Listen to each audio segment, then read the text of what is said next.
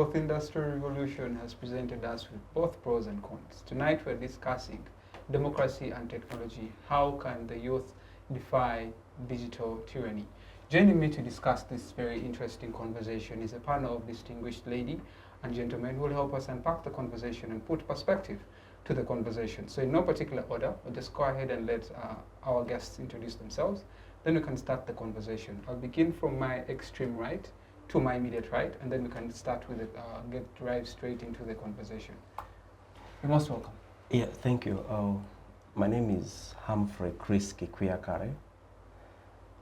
I am a youth and a student of Makerere University, pursuing my Bachelor's of Medicine and Surgery. Thank you. We're happy to have you here. Thank you. Humphrey. I'm looking forward to having a thrilling conversation with you. Thank you. The only lady on the show, most welcome. Thank you, Drake. Hello, everyone. My name is Apili Cynthia, student of Makerere University Business School. I am excited to be here and to unpack this very interesting topic. Thank you. Interesting. Looking forward to unpacking the conversation with you as well. Gentleman in any time. Hello, everyone. I am Emojong Kasaija, a student of Biomedical Laboratory Technology at Makerere University, and also the Guild Minister for Information, Research and Computer Technology. Looking forward to having a good conversation here. All right. I'll start with you, Cynthia. The conversation today is one that requires, should I say, first of all, breaking down and putting context to let our viewers understand exactly when we talk about democracy and technology, but also how young people can go ahead and defy digital tyranny. So just to bring people, our guests, our viewers out there up to speed, but also putting context into the topic, kindly do us the honors. Oh, okay. Thank you very much, Drake. So one, I think this is a particularly interesting topic because it's been an opt-out mechanism for a lot of pseudo-democracies that people have taken charge of, especially young people, in trying to push for change. So breaking down the topic, I think it's just about understanding how the use of technology intersects with democracies around the world. It's more about how young people are actively using things like online platforms in like huge activism on like a massive scale on global issues, on like domestic social issues in the African diaspora, for instance. So it's just how we are able to intersect with the freedoms that we have because of democracies, like freedom of speech and the like. So when they are suppressed, what alternate voice do you have to share your opinion with the world, to let your leaders know about what they are doing that is wrong? More likely an instance of being able to criticize governments that have for so long maybe oppressed people or that don't have proper structures for accountability. I think that's just more about what democracy intersecting with digital platforms is. Thank you. Thank you. That's a very interesting one, and just how you bring it in simple lay terms is exactly what democracy and technology that we're going to discuss today looks like. Let me just bring in quickly Emojong. Various, she termed it pseudo-democracies, and I think when she says pseudo-democracies, we are going to zero down to countries like Uganda, countries like majorly democracies in Africa that have oftentimes defied the principles of democracy, which therefore then makes me ask the question, how does digital tyranny manifest in democracies in Africa? Well, digital tyranny and how it manifests in democracies in Africa is where we look at governments trying to suffocate these online spaces that the youth have to use to probably convey their opinions or lay out their grievances. You'll realize, for example, you used Uganda, that we have had numerous laws meant to curtail their expression or meant to control the freedom of the expression that the youth always go out to express themselves on social media platforms. We've had the Computer Misuse Act, and that itself looks like the government now trying to become high-handed in controlling how the youth use these social media platforms that they use to convey their grievances to the government. I think that's how I would understand digital tyranny manifesting to the government. All right. Okay, now let's now make the conversation more localized. When you speak about digital tyranny in that sense, which will then now bring us to discussing a very key thematic area, which is digital empowerment and inclusion. I would like us to look at that in tandem. But just before I get back to you, let me first engage my brother Humphrey. Humphrey, in 2021, when we were having our elections here in Uganda, we saw quite a landslide of Ugandans employing a lot of use of the media in terms of social media, but also traditional media platforms like televisions, among others. But later on during the elections, we saw what happened in terms of the government shutting down the internet and suppressing people's digital rights.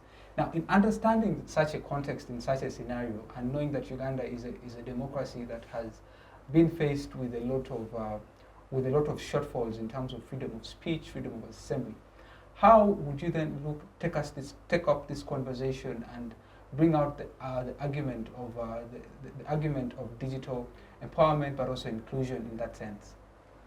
Yeah, thank you so much. True, in 2011. 2021. No. That was 2011. Yeah. When that was 2021. Yeah. So in 2011, first the government brought in the Computer Misuse Act, which was meant preferably to oppress, to bring the aspect of digital tyranny. Okay, so that first and foremost, what you communicate is manipulated. Okay, what you communicate is controlled. Okay, you do not have the opportunity to speak exactly what is on the ground as it is. Okay, so that happens in the entire African context. Where we have autocrats, you will see them embracing digital tyranny. So one thing I want to add on is that the best thing we can do is to create an alternative platforms.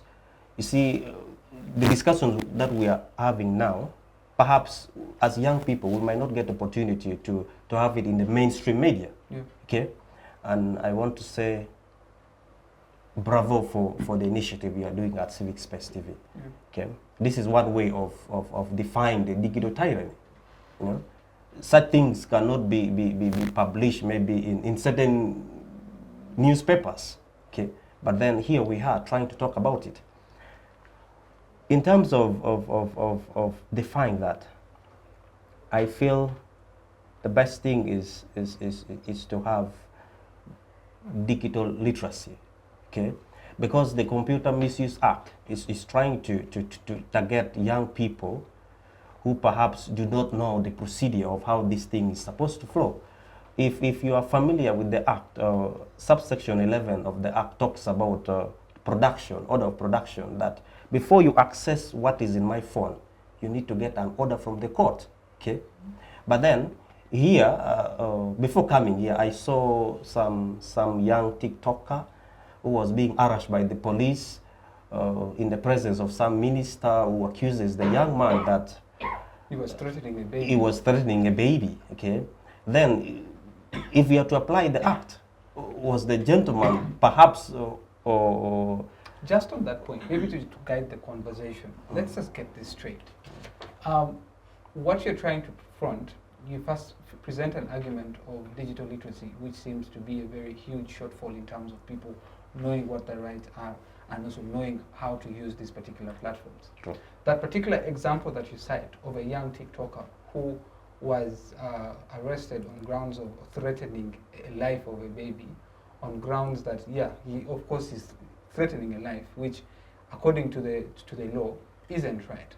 Now, at what point do you then draw the line? Because if you're using a platform to affect the rights of another person, is that justified? Then, which brings us back to the conversation.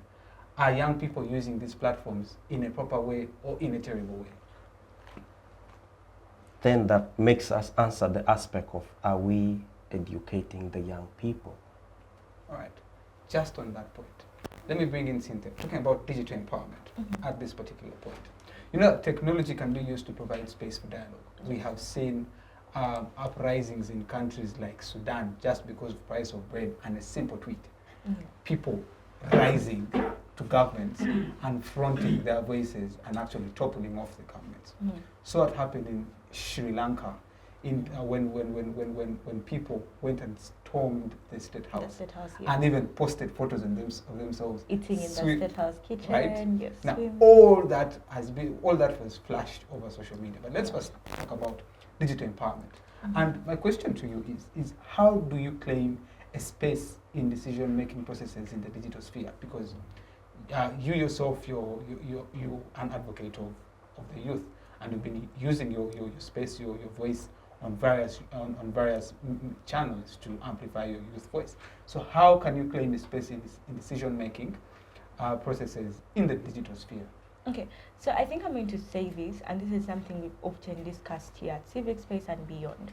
It's that I don't think we are in the times of claiming spaces. We have the spaces. The question is about how we prioritize use of these particular spaces. And I think that has been like the biggest challenge. You have Twitter, you have things like WhatsApp, posting on your statuses, and you have things like Instagram, to a point that they give you the global outlook. It's the reason as to why activists like Jim Spire, like Stella Nyanzi, and I think there's also a recent rise of she's in the diaspora, but she's been active on TikTok discussing a lot of things to do with like democracies and the like. And recently we've seen the likes of Janice also take the spaces. I think we have the ability to claim the spaces, they exist, but it's much more about what we prioritize in terms of using these spaces. So I think that is one thing that we as young people need to look at. We need to align ourselves and give ourselves an agenda towards what we want. But I think because of like the huge rise in using of like digital platforms for activism, it influences or shapes a narrative that now gives youth a sense of direction. So all these things that happen in terms of like the negative light of how youth use digital platforms, I think has faced a lot of criticism. But also I think there's this popular thing of Ugandans move on very fast. We've learned how to like push water under the rug on something that is not important. I think there's a time where people made so much fuss about things like nudity surfacing online, but now there's a quick brush under the rug for it. Like when it happens, it's not going to trend for about 2 weeks, 3 weeks, because they now feel there are more important things that we can use these platforms for as opposed to that. I think it's just about prioritization for us as young people. That is why you see the Gen Z protests starting out on social media. You have like the Sri Lankan protests starting out on social media in Bangladesh, and it was like a wave that now created an awakening for young people. So I think the discussion needs to shift from how do we take up these spaces? It's now that you have the spaces, how are you using them against the system or the structures that are holding you back? Okay. Yeah. When you're fronting the discussion of how can we use the spaces, how can we use the technology, it goes without saying that the internet penetration in this country is somewhat low, but also the young people who have access to social media or to smartphones are even limited. But that even aside, the cost of internet alone in Uganda and in some African countries are quite expensive. Emojong, digital inclusion.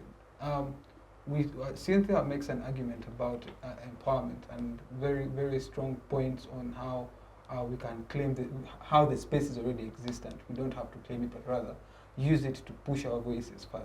But the argument still stands, and I'm using Uganda as a case study, considering our status quo, that the penetration of internet is quite low.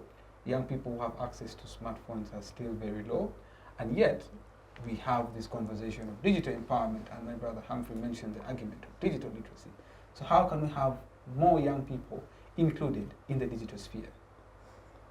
I think the whole idea of us embracing digital mediums and social media is the ease with which we receive information and probably now hold the people to account that this time round I do not have to go to the speaker's office to ask her things I feel I should know. I can tweet something about it, and I'm sure it will reach her, and probably if it gains enough traction, then it will be answered in the long run. So the same thing I think should be done for inclusion of everyone, is to ensure that there is information to even the people that don't have access to these phones right now. What we can do as the youth, maybe the few of us on these platforms, is to make sure that if there's information you know, you can share it with someone that probably does not have a phone or is not on Twitter, so that they can also get to know about the happenings, about the events as they unfold. I think what is more important is ensuring that information reaches out to people regardless of whether they have a phone or not. What we should not then look at for now is whether they are on social media or not, even when it is important. But for times when we feel getting phones may be harder or may take us a longer time, then I feel what should be more important is to ensure those of us that are capable of receiving this information can then disseminate it to those without the information, and then we can have everyone on board. Because if it is a fight that we need to take on as youth to defy the tyranny, then we need almost every youth involved. And the only way they'll get involved is if they are aware of what we are doing. How we do that is ensuring we teach them sensitization, information, and everything like that. Okay. Yeah. Interesting. Humphrey, the conversation now is going to, from the argument of digital empowerment to youth inclusion. It goes without saying that accountability is something that is very key, and digital technologies provides us with an avenue to hold leaders accountable. It provides us with an avenue of transparency, and also it provides us with an avenue of participation.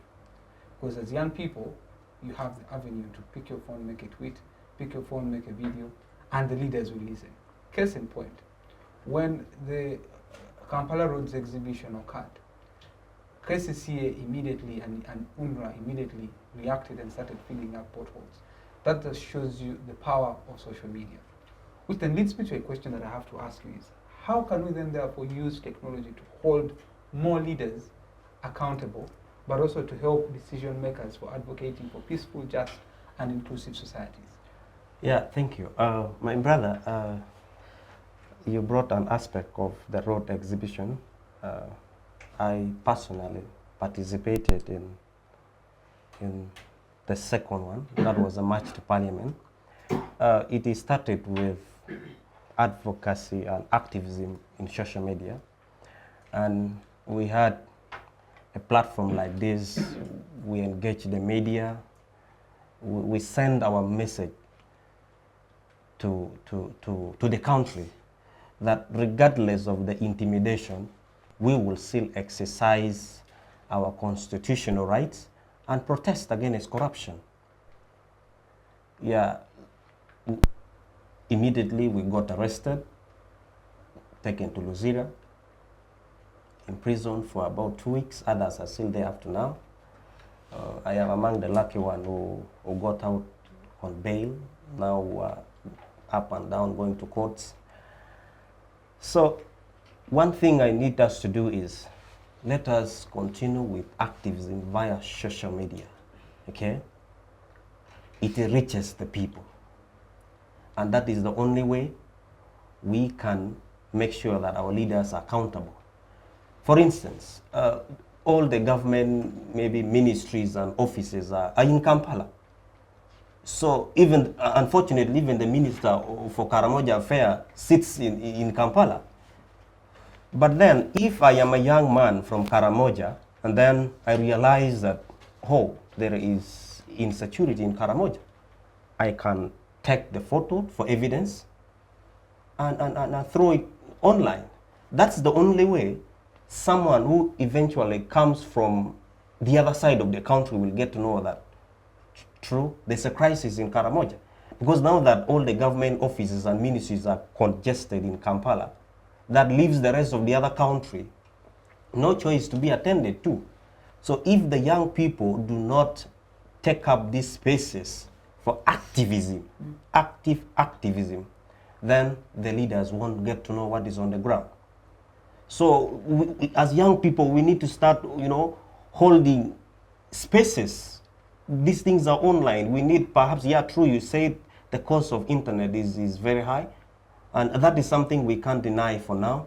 But let us use the little we have to hold spaces, talk, bring our heads together and plan for our country, okay? The little spaces we have, the little data we have, let us use them the way they are for activism instead of, sharing this and that. Let us do something that eventually adds up to the development of our country, okay? Trust me, it pinches the people responsible and they respond. Interesting.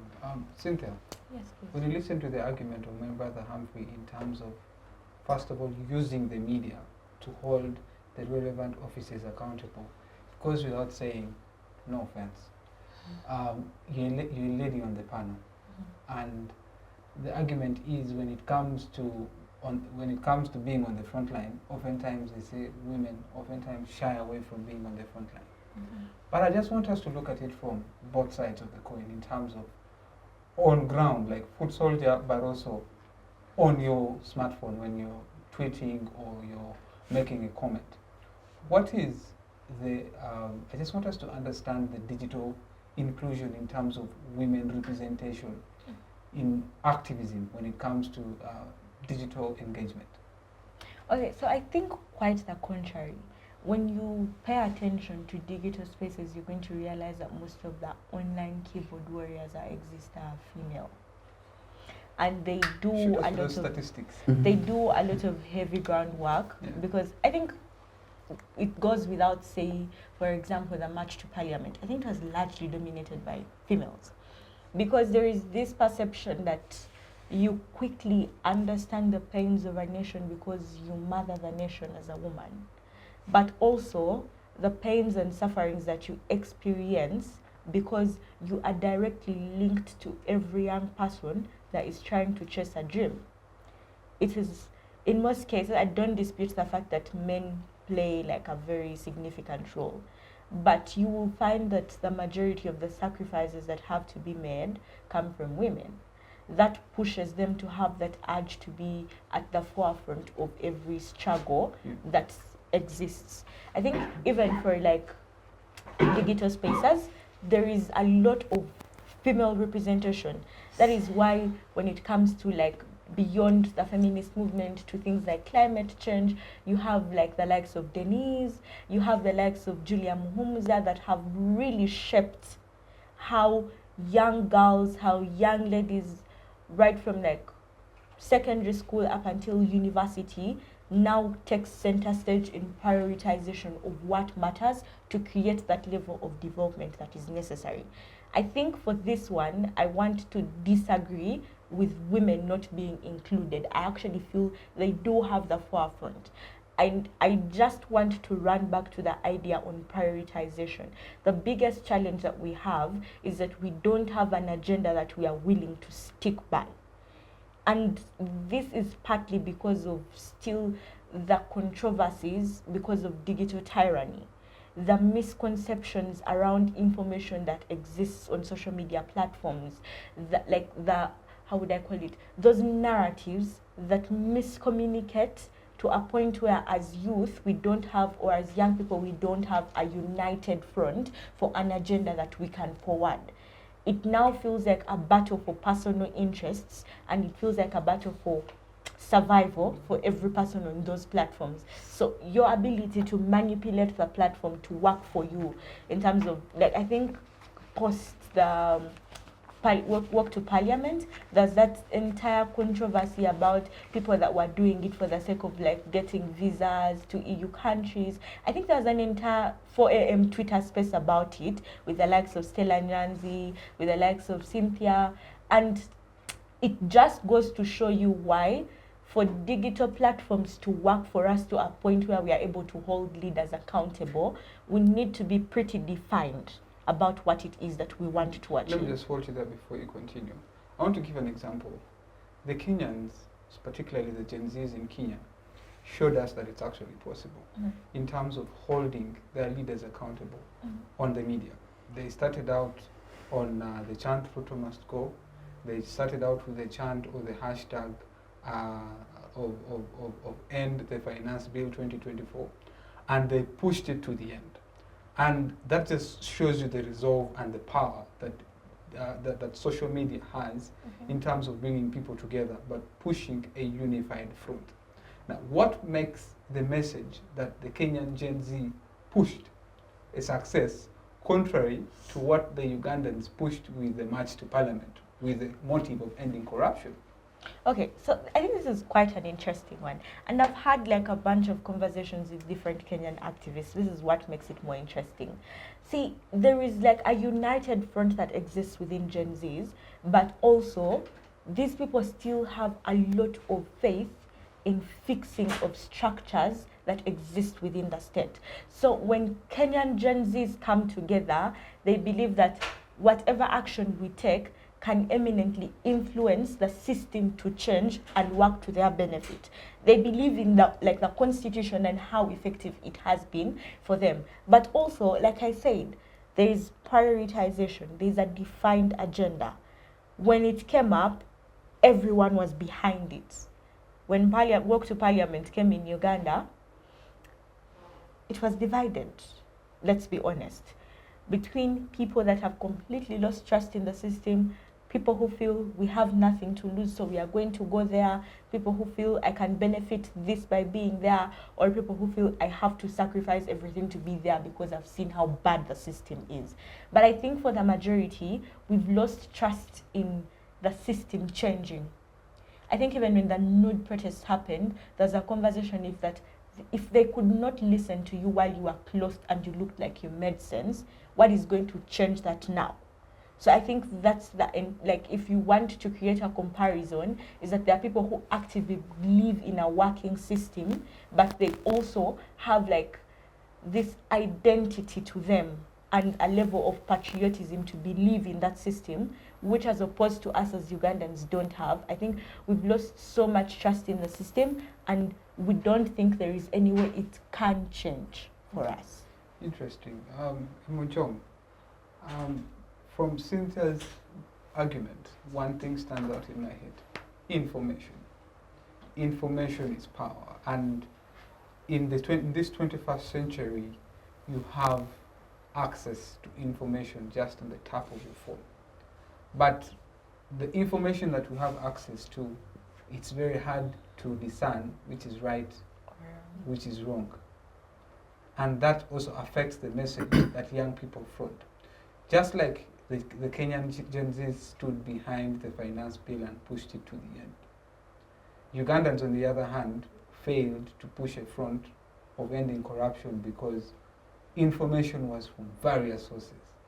And the information that we had, someone was saying, being backed by Western allies, they're being backed by this, and at the end of the day, people lost the cause of the fight, and just it ended like that. And as she said, we just moved on so quickly. Now, how can we discern with the technology that we have? How can we be able to discern right and wrong to push a unified agenda that is good for all Ugandans? That's really true that in the digital era we have, everyone saying what they want. I mean, you'll go to Twitter and someone will say, among the Right Honorable Speaker took this, another will say she didn't take this, then will say there is a lot of money spent on probably the entertainment budget for the Speaker and the Deputy Speaker, and then the other person will say It's justified. It's justified. Yeah. People will come up and say, these people trying to fight us are fighting us because, of homosexuality. They are being backed by foreigners. And it leaves very many people in a space where they really now have no stand. They cannot take this or that. But in instances when that happens, really is where I think your personal judgment comes in as an individual, because social media is an unregulated platform. Everyone posts as they wish. So Really? We have Facebook closed all these years. Well, I'm talking in regards to Twitter that has gained traction over the past few years since Facebook was closed. So when things like that happen, then sometimes we've had to turn to traditional media because people still have faith in news outlets like Daily Monitor, like New Vision. So when people usually go and, read what is in the Monitor, read what is in the Vision, then come back and check on what's on the timeline, what are people talking about, I think then you get a clearer picture of what the real situation could be. On the other hand, I think our biggest blame goes to government, because see, the march to Parliament came in the aftermath of the Parliament exhibition, where the likes of Toko, Agatha had certain information about the expenditures of Parliament that we, as the normal people, saw are extravagant for a country they say is poor. So when such came out, then of course you expect it to elicit rage among the population, because you're increasing tax. The economy of the country is actually bad, it is struggling, but you look at these people spending all that money, you expect people to feel that the leaders are not actually working for the interests of the people. The Parliament or the government then does not come with probably counter evidence of what the right figures are. What they continue saying is that is misinformation, that is disinformation, that the people putting out that information are backed by foreigners, but then they do not show us what the true information is. So when such happens, then you leave people in a space where they cannot tell whether you're saying the truth or not. Now that's why most people then have to jump on the march to Parliament, because that's the information they have. That even for someone who was probably a bit sympathetic with government after seeing those figures, could have, have to rethink what their position is. Because you look at those extravagant figures in a struggling economy, well, whereas they say these figures are not true, then you do not bring to us what the true figures are. So if government really always wants to ensure that there is information that's right for the people, then they must provide it, because they're the ones with it. They must show that the letter Agatha showed here for maybe say procuring generators is not true. Here is the right letter, for example. But we've never seen anything like that. So that creates an impression that probably there are things they're hiding. And if there is any problem with misinformation and disinformation, then it's them to hold to account still, because they've not provided what the right information is. True. Yeah. Humprey, speaking about information, but also what people are doing with the information that is provided. The information that was provided sparked outrage among various sectors in this country. But similarly, other people were still defending the status quo, yet the information provided showed otherwise. Just like you rightly put it, the government didn't go ahead and respond to it. Rather, Twitter spaces were held where the spokesperson of Parliament, Chris Kikwiyakare, attended and says those are allegations and they're not true, and that was it. And that is where it ended. Now, it just brings us to a general conclusion. Maybe you'd help us unpack it further in terms of understanding, but also discerning information. Technology as we know it, or social media as we know it, people have their people they believe in. If Emojong sees Elon Musk tweeting or making a tweet on a particular issue, let's say on entrepreneurship, Emojong could be inclined to believe that what Elon Musk is saying is true. Definitely. Cynthia, once she sees maybe Kamala Harris making a tweet on a particular issue, she could be inclined to say that what she's saying is true. Now, that is what social media has, like the ability to make us believe what certain individuals tweet and post. For the football lovers out there, you saw what happened when Kylian Mbappe's account was hacked.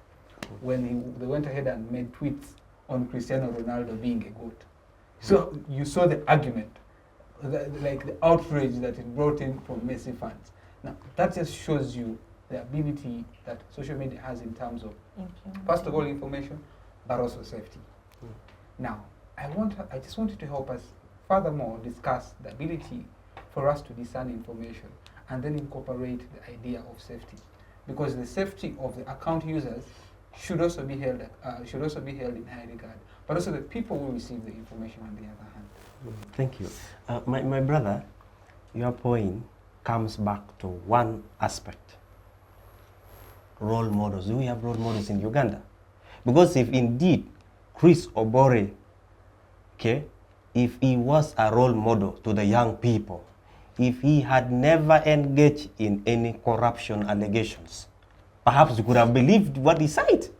But then, we young people who are debating a government which has failed us in a number of things. So whether Agatha's letter about the purchase of the generators for the speakers and the deputy speaker was false, that left us with no choice than to believe in her. Because we have been in a system that has collapsed, okay, long ago. Okay, whatever happens now, we do not believe.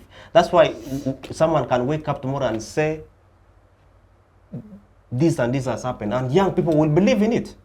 Okay, so what do I mean? We need to start having a reflection on what we do as leaders, first and foremost. Okay, so that by the time someone wakes up and says, by the way, the Right Honorable Anita Mong stole ABC, the people say, but is it really true? I don't think Anita Mong can do that.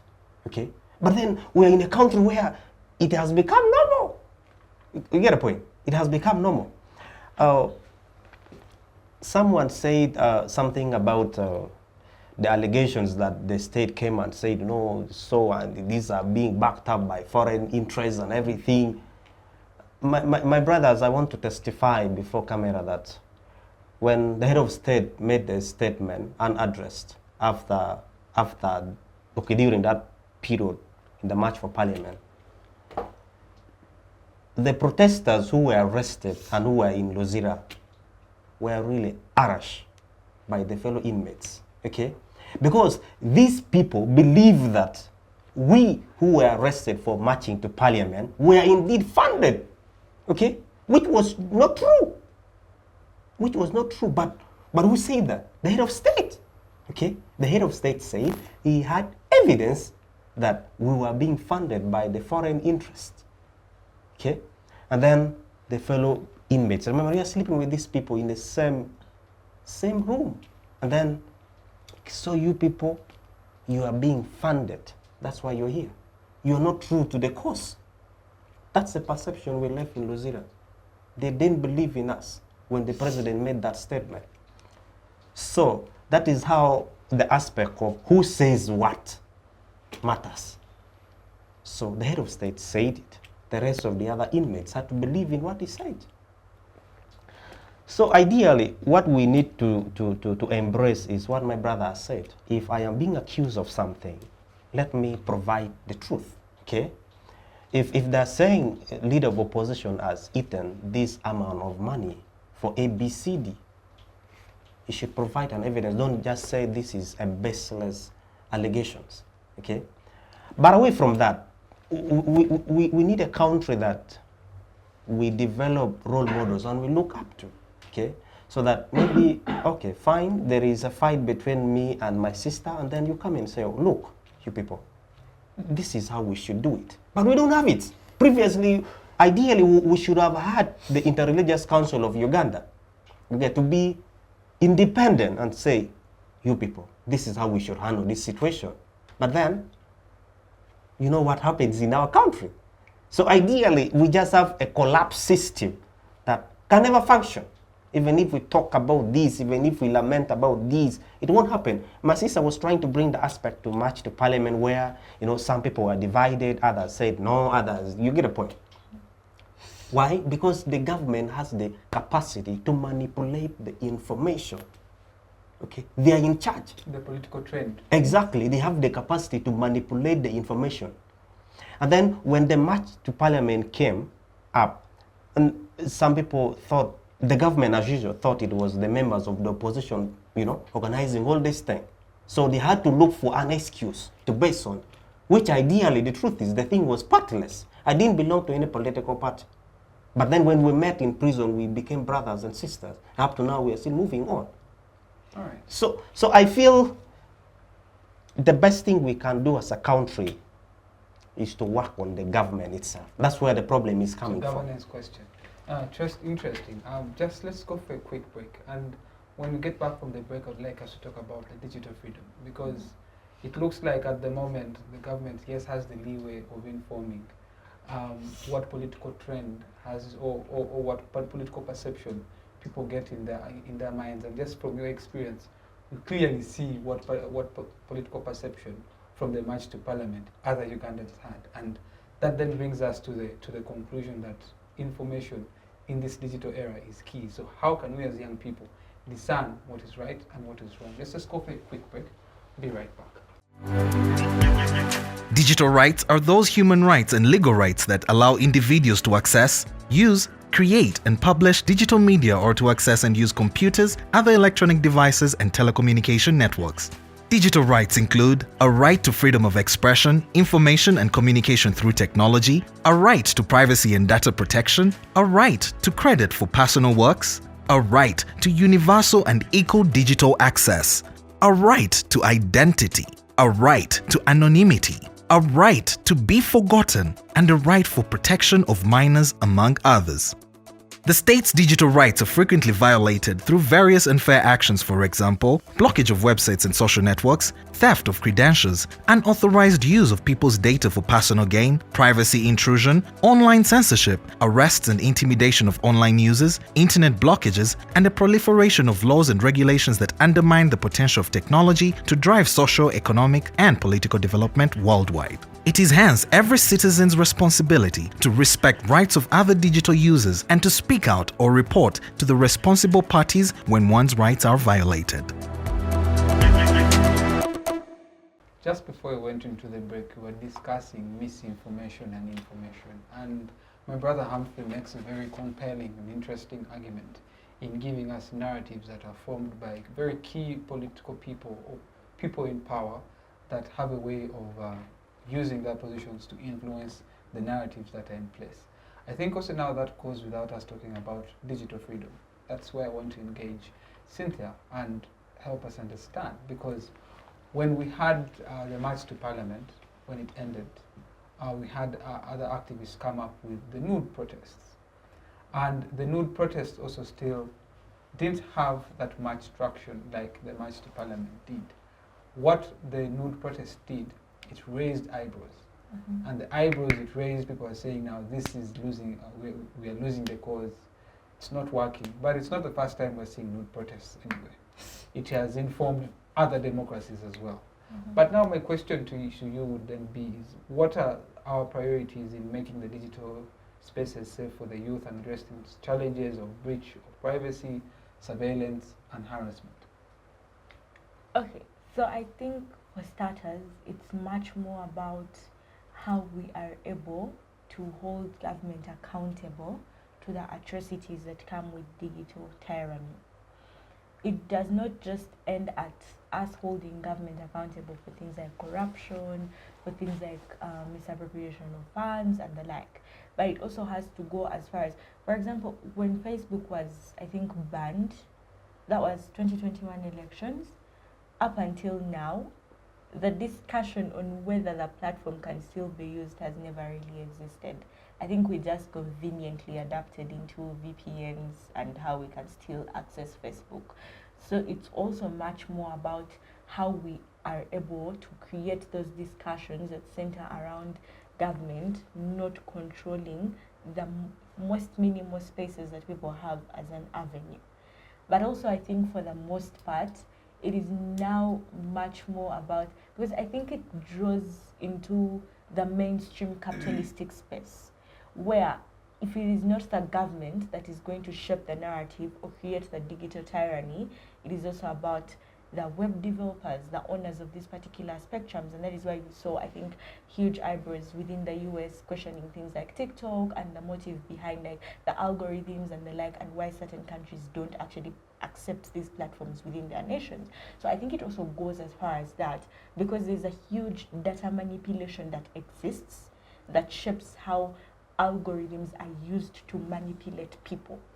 So I think it's also about governments that have the vibe for people to actively use these digital platforms, ensuring that the security measures around the existence of these platforms in their nations are like specific, but they are also as transparent as they possibly can be.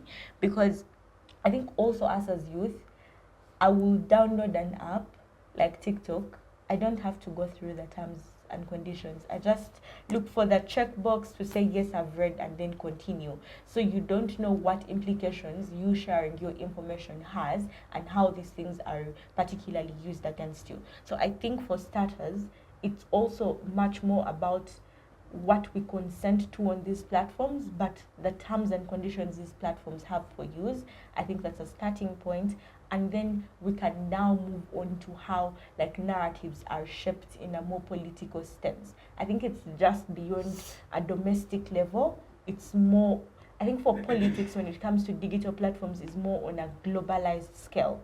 That means we need to push ourselves to have a lot more information so that we are able to like discern. I think there's this thing that comes with like human rights principles, but also I think principles in general about the principle of self-defense, that when the government doesn't have the capacity to defend you, they need to give you that alternative to be able to defend yourself. But I think now the capacity in which we are able to self-defend is accumulating as much knowledge as we possibly can to be able to discern things, but also not to fall prey to manipulation.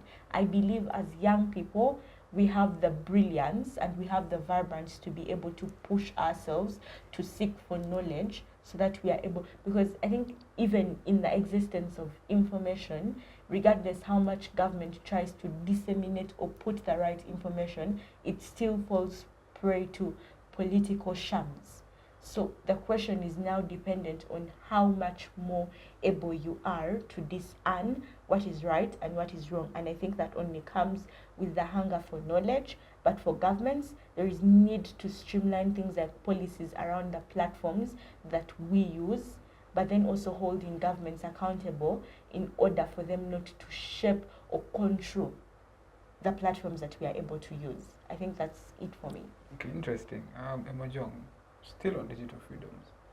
Cynthia makes very strong arguments in regards to people being in position to discern what is right and wrong, but also ability of governments to help shape that narrative as well. But the issue still stands that even when we have, even considering the present context anyway, we have seen, for example, here in our country, in Uganda, people are using whichever platform they're using to do whichever thing they like, not minding what other people feel, not minding what harm it could cause to the other. People say things outwardly, outrightly, whichever form, whichever way they feel like. True, cognizant of the fact that we have the freedom of expression to freely express ourselves, but also we as people need to have the ability to know that this could harm someone in this way or in that way. Let me just give an example. When someone posts a tweet about themselves or posts a photo about themselves, you'll get positive comments, you'll get negative comments. But the negative comments oftentimes overpower the positive comments, which affects, first of all, young people's esteem, their confidence, among others. So how can we therefore maybe find ways of mitigating and streamlining the harassment that is, in the cyberspace? Yeah, I must really agree that the social media platforms have their good and bad, and we've had people use them, of course, the right way and use them responsibly. though there are times we've had people use them in ways that are really not acceptable by society, I can say. People will go on to post whatever content they feel they should post, to extents of pornography, to extents of, you know, abusing people and putting their reputation at stake and things of the like. So what, of course, I would advocate for, or what everyone should then advocate for, is the incentive for the people on these social media sites to be responsible, to have some level of dignity for themselves, that before you post, you should look at what the impact of what you're posting could have, whether it's true or not true. Should then that level of, you know, responsibility that a person should have on their own file, then is where government then can come in to create certain regulations. I'm not against regulations that government should put up. I feel it should be a regulated space in the first place. But however, the gravity of these regulations is what then becomes a problem. That when you have regulations coming in to check what people on these social media sites do, then government should not use that as an advantage to tighten the screws so much. Yeah, and that's what it looks like they've done.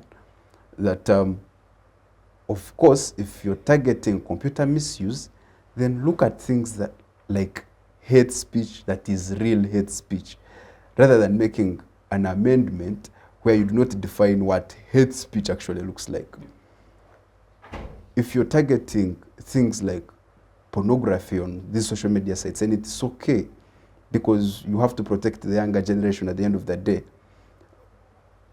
do not use now that responsibility you have as government then to now say that when a one Anderson Vurora comes and says Anita must resign because she's engaged in corruption, you arrest him and put him behind bars. When you have a few TikTokers, probably the most recent one, talk about how, you know, the levels of taxation are so high and unbearable for the people in the country, then you imprison him for 6 years. Yeah. So I feel government should also now then take on responsibility of making sure they are rational in the regulations they put. Because at the end of the day, these people have their freedoms. They have their freedom to expression. And when they duly do that, then it shouldn't now make the government become very offended, especially when they are talked about or when they are brought to the spotlight. However, I feel regulation is important. Yeah. Interesting. I think, Drake, just to add on to like the whole entire aspect on hate speech that exists, there is a cultural shift that has happened for us, like within more, like I would want to say, a bit more conservative nations. So because of like the exposure and globalization that comes with digital platforms, there's that culture shift that has happened. For example, what we would consider as nudity, as porn, in some other areas may be something that is normal to people's side. But the culture shift has taken stance, not for everyone, but for certain individuals. And I think that is why there's a lot of like butthead and clashing that exists within these social media platforms. That is why even the nude protests received a lot of like backlash, because arguably, if you did this in like the US, I want to think even in Kenya, there would be backing to say, we understand your cry, we understand your vibe. But here, it's like, your dignity, this, that. And it's understandable because the restraint on our upbringing and the culture that we have limits certain things. But so I think there needs to be... You see, on that point, just making an argument on culture shift, we also need to understand our cultural context. A woman's nakedness in our cultural setting is considered with high regard. Yes. And to the extent where you see a woman's nakedness on the streets, that just shows you that things are wrong. And I think, in my opinion, when it comes to from a cultural perspective, you saw what happened in Apili. Yes. The issue of the land of Apili, when the elderly Threatened women, to strip. they actually stripped. They actually stripped. They didn't just threaten. Yes. They stripped, and they passed on a message. And you saw what happened afterwards. Yes. There was death. Now, for this particular case, some people could maybe argue from a perspective of, oh, you're doing this, you're doing that. But you can still go ahead and reinforce that argument, because a woman's nakedness is not something small in the African setting. Yeah, and that's true. But I think, you see, and this is the reason, that the people that are quick to criticize these things don't have the expansive knowledge to understand the perspective and the spectrum in which they happen. The problem is they have that like shape-shifting power. And that is why now the issue of the informed narrative comes in, the information This is why I'm saying, for us to have like an effective use of digital spaces as young people, we need to interest ourselves in having knowledge. And not just limited knowledge, but diverse knowledge about different things.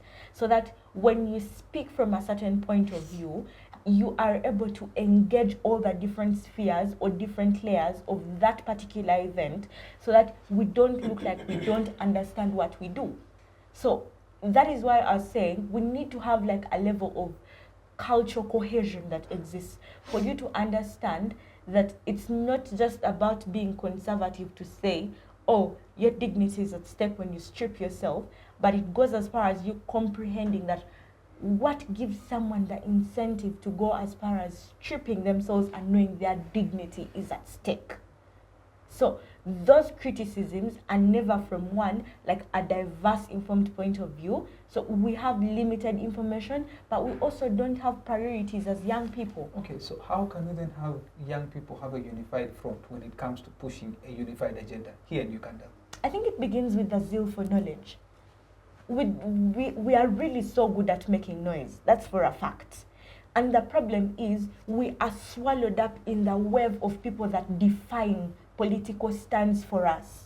We don't understand one from the history of like understanding the politics of our nation.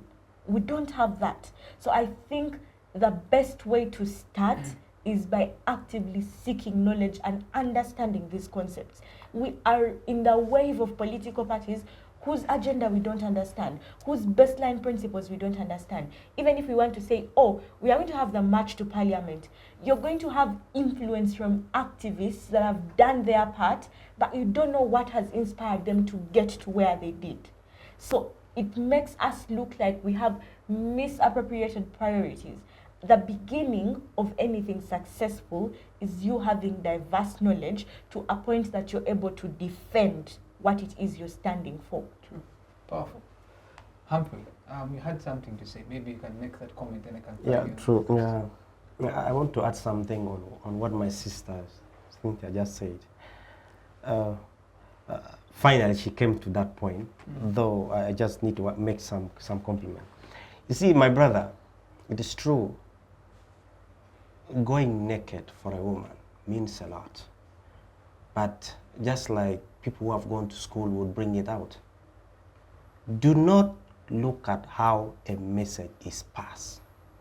Consider the message itself. You get a point? I mean, we have attended music shows where people would go naked. No one would complain. Why are we then complaining on this? Just because it's against corruption, right? It's a fight against corruption. That's why we are all lamenting. Our elders are lamenting here and there. Let us get the message. That is why we're having this conversation. How can we defy the digital tyranny? Because if we have particular individuals forming the narrative for us as young people, then definitely we're always going to get lost. Definitely. Then there is one thing I would therefore tell my young people. Let us stop the narrative that every good thing must come from a particular class of people. You get the point? The moment we can defy that, we are good to go. But if we think every good message must come from a politician so and so in order for it to make sense, we are finished. We are finished. That means we are living that person's life. You get a point? Unless, maybe, if I'm to give an example, unless Chagulanyi speaks about corruption, for example, it is not worth fighting. You get a point? As long as it is coming from Humphrey. Who is Humphrey? Get the message.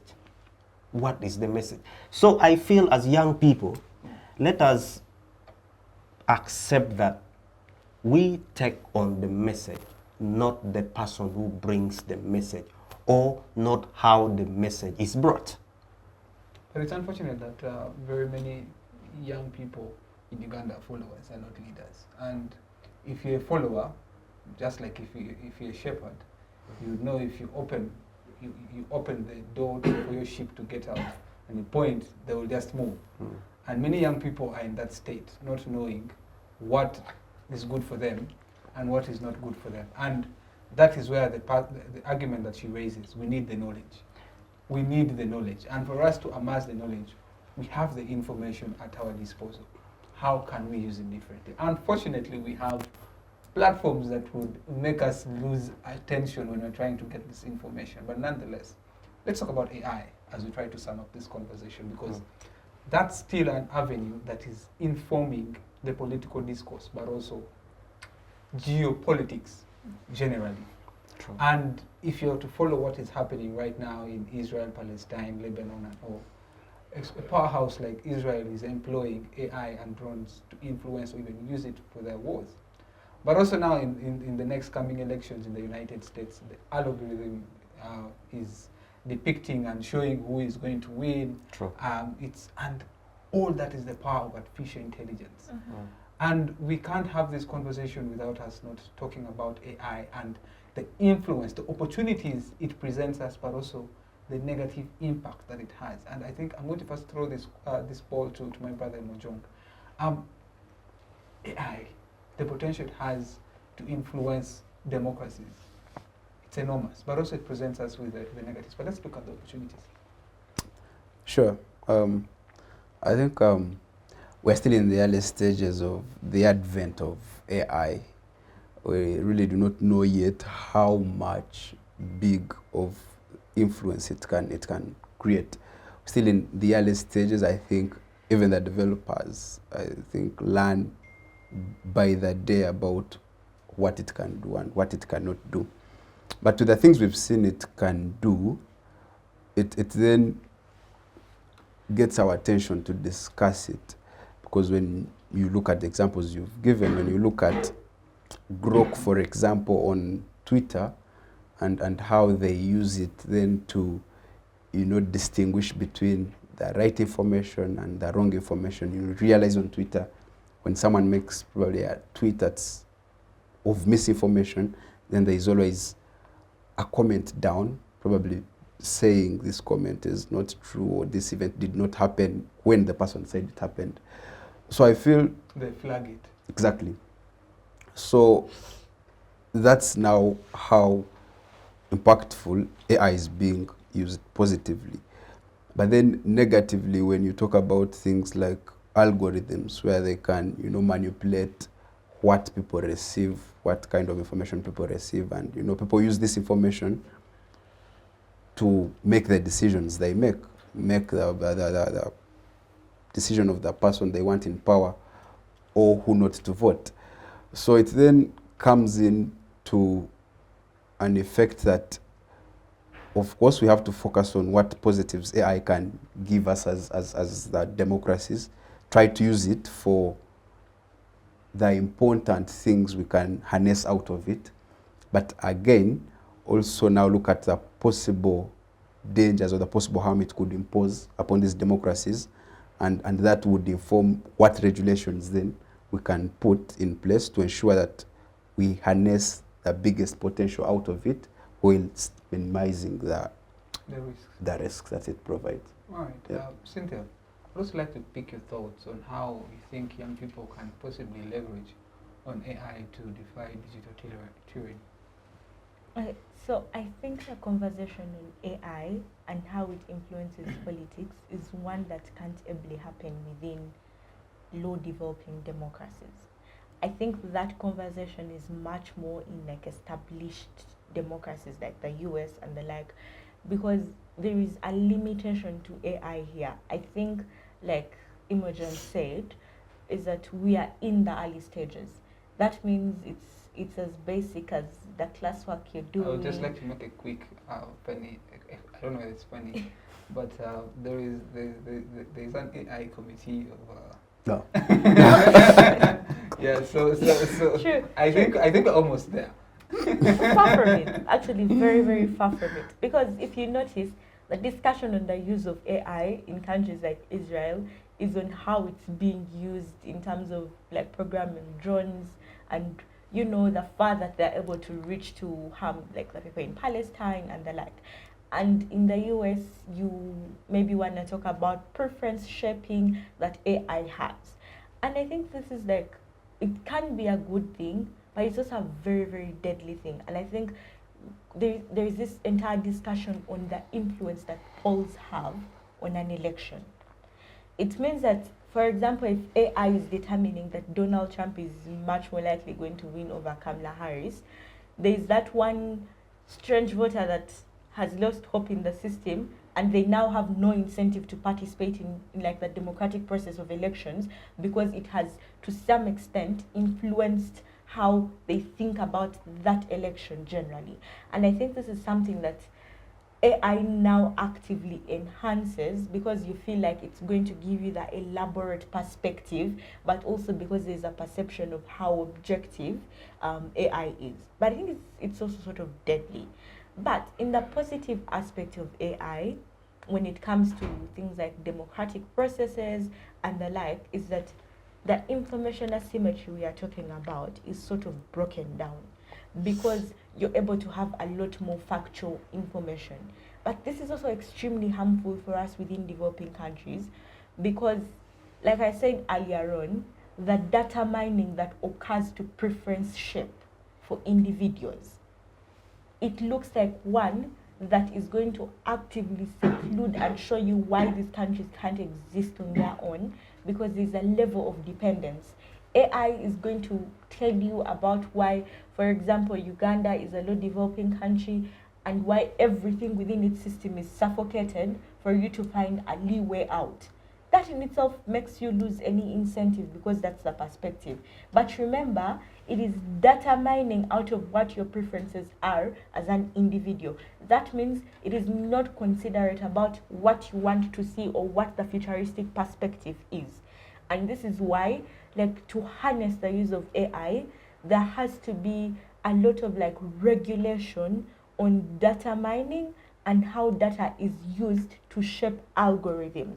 Because in as much as we want to discuss how independent or how objective AI is, there is a level of like manipulation through the data that you collect from people and how you actively use this data. But also, it can be a backdoor for you to have information about people that you're using elsewhere, and not particularly for the development of AI. And I think this is what has created a lot of tension within the global West, because people are not sure when China develops an app what China's incentive is. When China develops an AI, what their incentive is. There's been a lot of like the spy network system between Russia, US, China, and that whole conflict. And the challenge with that is it exacerbates the Cold War that exists. That means we in like the global north, the global south are being pushed to find allies to it, and it just worsens the tension that exists like on a global scale, out of like the most simplistic thing that is meant to aid humans and to aid people, or like simplify and ease access to a lot of information, but also like help you change perspectives and the like. So I think there is a lot of complications, and there is a huge conversation that goes beyond just developing countries, but it is more about the people that have the ability to develop or create the AIs, and the aspect of data mining and how this information is actually being used, whether it is for the right incentive or not. I think that's basically it. That's very robust. But let's just, as we reach towards the end of our conversation, I'd just like to start with you, my brother Humprey. Way forward from this conversation, and maybe your take home and your concluding remarks. Yeah, thank you. I permit me to add something on what my sister said. You brought the aspect of AI. Now, there's one thing we need to understand about AI before we embrace it. AI is not like rain that has fallen from the sky. It is you and myself behind AI. So whatever we bring out of AI is actually what our perspectives are. So like my sister said about, you know, the AI showing that Donald Trump is winning the election over Kamala Harris. The AI did not fall from heaven to give us that statistics. You were behind this thing, and then you brought it with the view to project the Americans towards something, what you're thinking.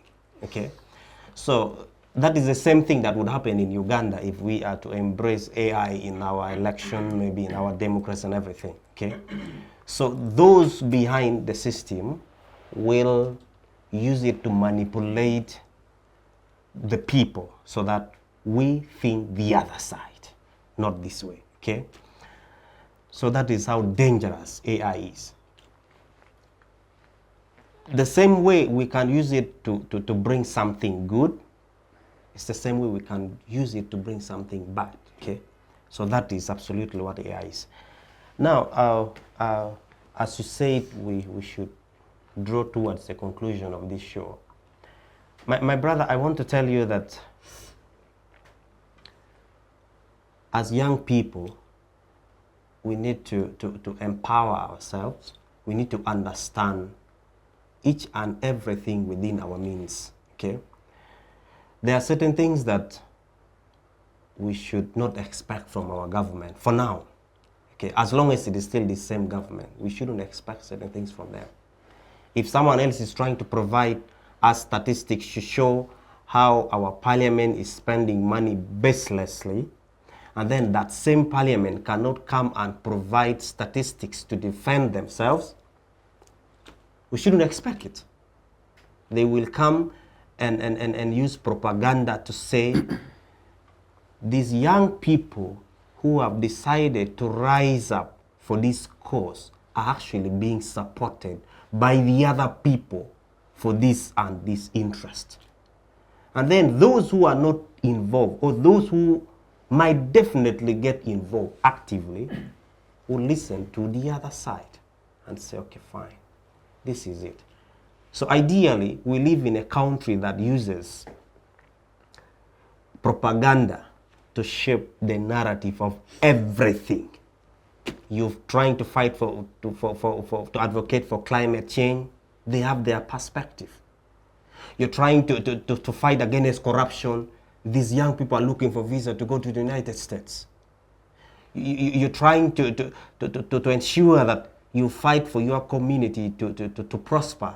This young man is doing this because of ABCD. You get the point? Mm. So that means, as young people, we need to develop what is called social justice systems, where the four of us could sit together and say, but human, what do we really need for our country? What do we need for our country? Maybe that way, the four of us will eventually understand each other, okay? We'll build a trust, and we say, this is where we need to go as far as our country is concerned. This is what we need to embrace for us to fight corruption, okay?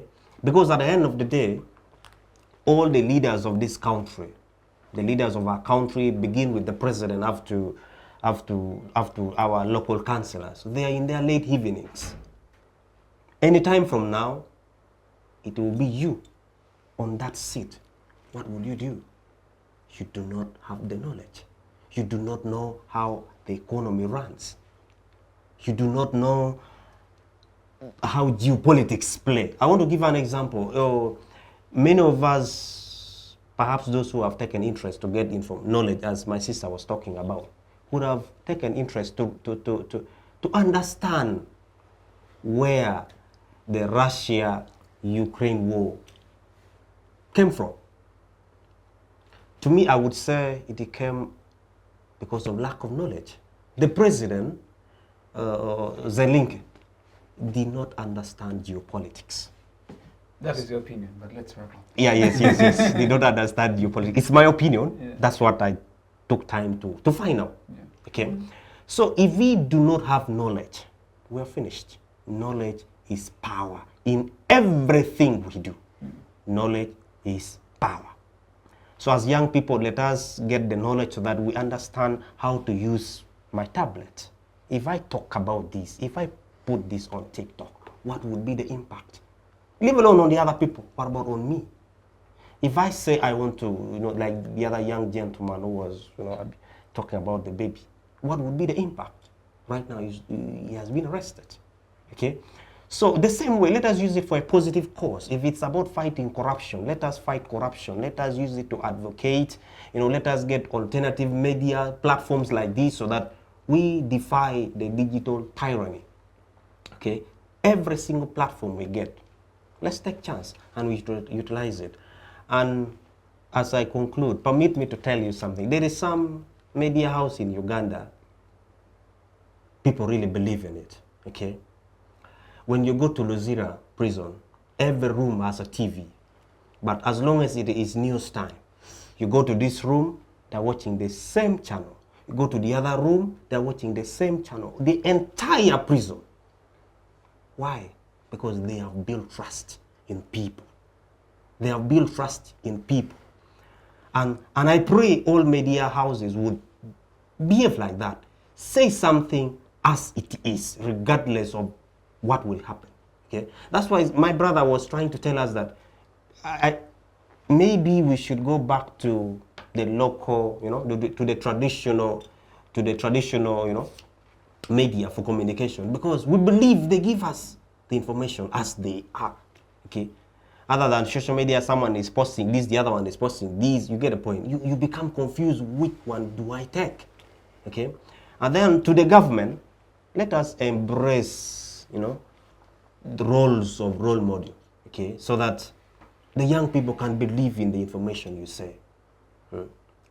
So that is my take-home message for us here. Thank you so much for hosting. Thank you. Emojong. Thank you so much, Drake. In the first place, I think there's a ray of hope that you see Ugandans, whether they say they are 20 or 100, managed to wake up that day and went to the street. See, that was the first protest, I think, after the previous one, where the army had killed people on the street with live bullets in daylight. So when you look at people still managing to wake up and go back to those streets where their people were killed before, means that I think they had given it all. But because of the situation that's unbearable in this country, managed to go back there.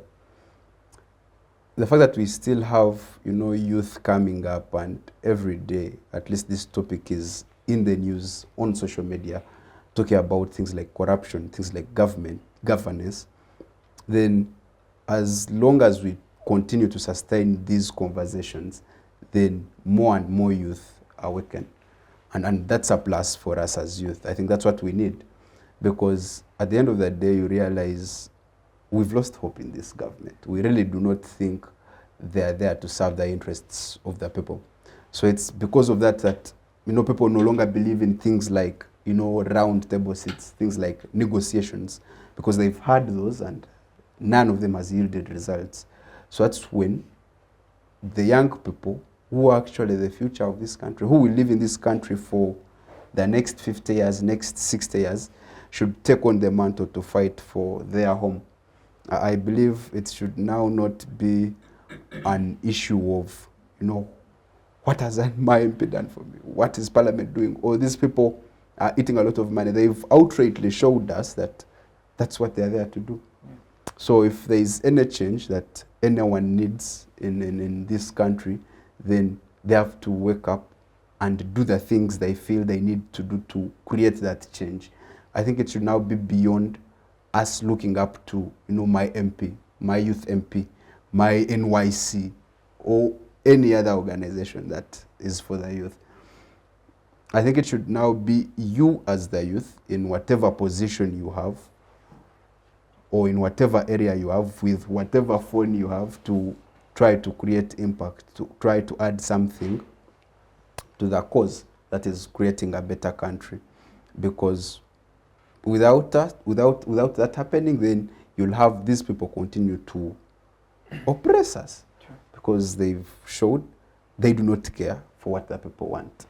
You see, when you look at the hospitals, when you look at the education system, vis-a-vis the very extravagant lives they live, you could think they are not leaders of an impoverished country.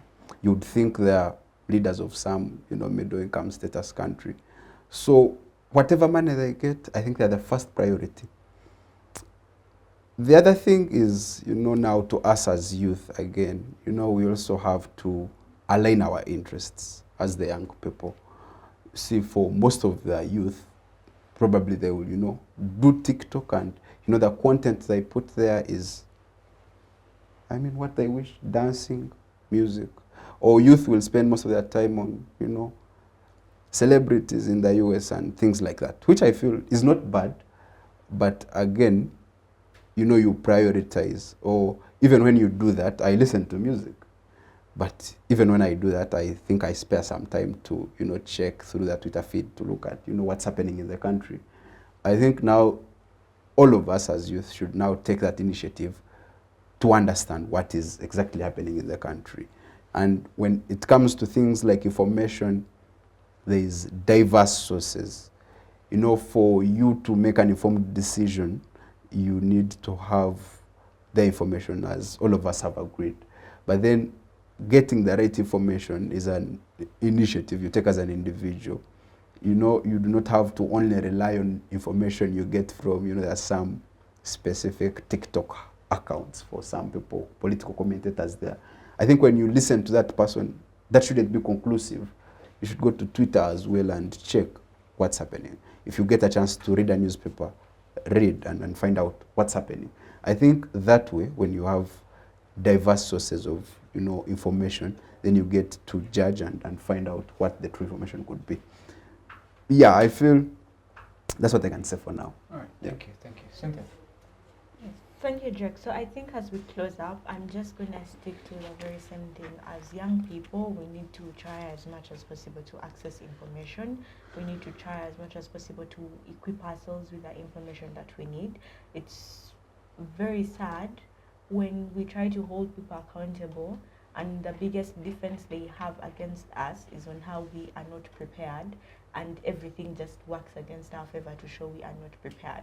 So I think as young people, we need to embrace having a lot of information, but we also need to embrace having spirited hearts towards the agendas that we want to push for.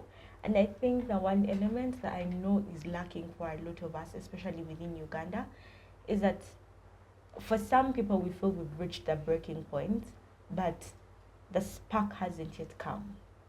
But when it comes, how ready are we to embrace? Because when that spark happens, it pushes you to a point that there's nothing you can lose when you don't achieve what you want to achieve. So I think we need to place ourselves in the positions where even when that trigger point comes, when that final nail in the coffin happens, you are not off guard. Yes, I think that's it from me. All right, thank you. Thank you very much, Humprey, Cynthia, and Emojong, for those very wonderful submissions and very interesting insights to this conversation. You've definitely done justice to our conversation today. It's been a very interesting conversation, once again, ladies and gentlemen, and I'm happy to having hosted you today. Thank you very much to Civic Space TV, the production crew. Thank you for making this possible. To you, our dear esteemed viewers, for always watching. Center for Constitutional Governance for making this happen. My name is Douglas Drake Onen. See you next week, same time, same place. Bye-bye.